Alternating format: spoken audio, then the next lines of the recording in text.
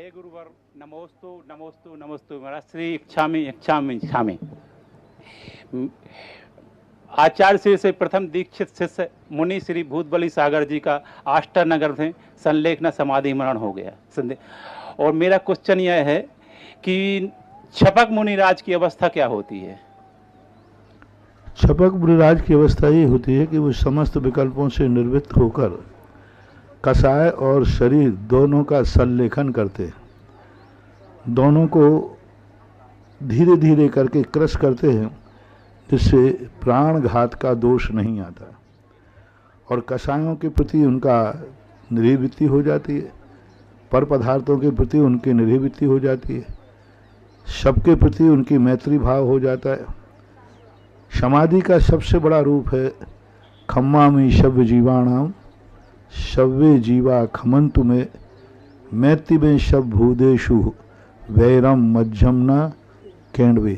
ये परिणाम मुख्य है समाधि का। पूज्य बरबटकेर महाराज ने भगवती आराधना में समाधि के समय यदि इतना परिणाम भी आ गया, मेरा किसी से बैर नहीं, मैं किसी का बैरी नहीं, सबसे मैत्री भाव रखता हूँ, इस प्रकार का परिणाम ही छपक का मुख्य उद्देश्य होना चाहिए।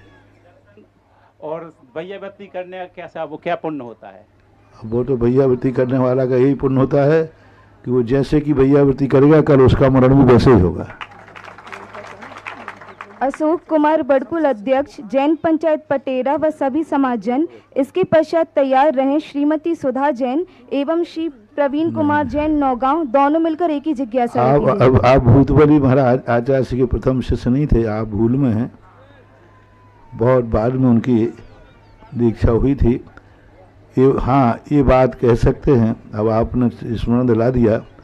प्रथम दीक्षा उनकी होने वाली थी अजमेर के अंदर सन 1974 में, लेकिन जैसे दीक्षा की बात चर्चा हुई, मुहूर्त आदि निकाले गए, उसी समय उनके उदर में बहुत तीव्र वेदना हुई और तीव्र वेदना होने पर ब्रह्मचर्य अवस्था में ही तुरंत उसी दिन तुरंत प्रेजेंट पोजीशन में आचार्य श्री प्रवचन में बैठे थे। डॉक्टर ने कहा इसी समय इनका ऑपरेशन करना पड़ेगा। तो दीक्षा की तिथि थी, होने की स्थिति थी, लेकिन उधर शूल होने से ऑपरेशन हुआ तो फिर उनकी दीक्षा रुक गई। दीक्षा रुक जाने से फिर दीक्षा नहीं हुई, ब्रह्मचारी ही रहे। फिर सन 1975 के बाद 76 में जब कुंडलपुर आए, उस समय उनकी 5वें नंबर पर क्षुल्लक दीक्षा हुई थी, ऐसा मानना चाहिए इतिहास। क्योंकि आपने बोला और मेरे सामने बोला तो ये सारे विश्व में बात चली गई। अपन भले गांव में बैठे हैं, चैनल के माध्यम से पूरा विश्व सुन रहा है, पूरे विश्व में बात चली गई और रिकॉर्डेड हो गई कि महाराज के सामने प्रथम शिष्य घोषित किया। इसलिए आपकी भूल सुधार के लिए मैंने स्पष्टीकरण दिया है, क्योंकि ये चैनल है, वो तो गई मुंह से निकली के बाद गई, आप लौटा नहीं सकते, और सारे विश्व ने सुन लिए। अपन बैठे भले एक गांव में छोटे से हैं, लेकिन यहाँ से जो आवाज़ जा रही है सारा विश्व प्रेजेंट पोजीशन पर सुन रहा है। इसलिए इतिहास सही तरह जान करके बोलना चाहिए, अनुमानित नहीं। पूज्य मुनि पुंगव श्री सुधासागर जी महाराज के सकल दिगंबर जैन समाज पंचायत समिति पटेरा का बारंबार नमोस्तु एवं क्षुल्लक श्री के चरणों में बारंबार इच्छामि।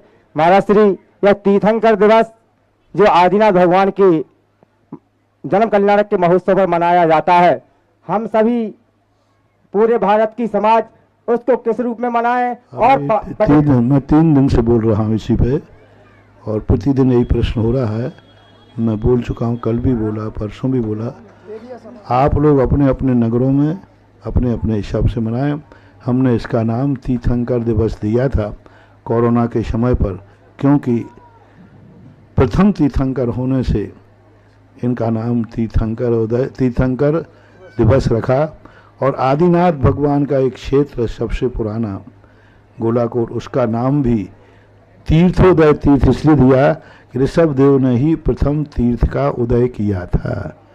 बाकी आप लोग पटेरा हैं। अब तारीख मेरी कहाँ कैसी होगी, हमारे लिए कोई भी महोत्सव मनाने के लिए हमारे मूलाचार में नहीं लिखा। आपके लिए लिखा है तो आप खूब मनाएं। हमारी कहाँ स्थिति क्या बनेगी वो आपका पुण्य पाप है, क्योंकि हम साधु लोग सब अनियत बिहारी होते हैं। हम लोगों के लिए कोई भी महोत्सव, कोई भी उत्सव मनाने की आगम में कोई आज्ञा नहीं है, क्योंकि हम लोग अपना खुद का उत्सव नहीं मनाते तो भगवान का भी नहीं मनाना। तुम लोग तो अपने उत्सव मनाते हो, जन्मदिन मनाते हो, शादी विवाह खूब ठाट से करते हो, तो फिर तुमसे कहा जाता है उन उत्सवों में किए हुए पाप को धोना है तो भगवानों का उत्सव मनाओ, इसी से धुलेगा।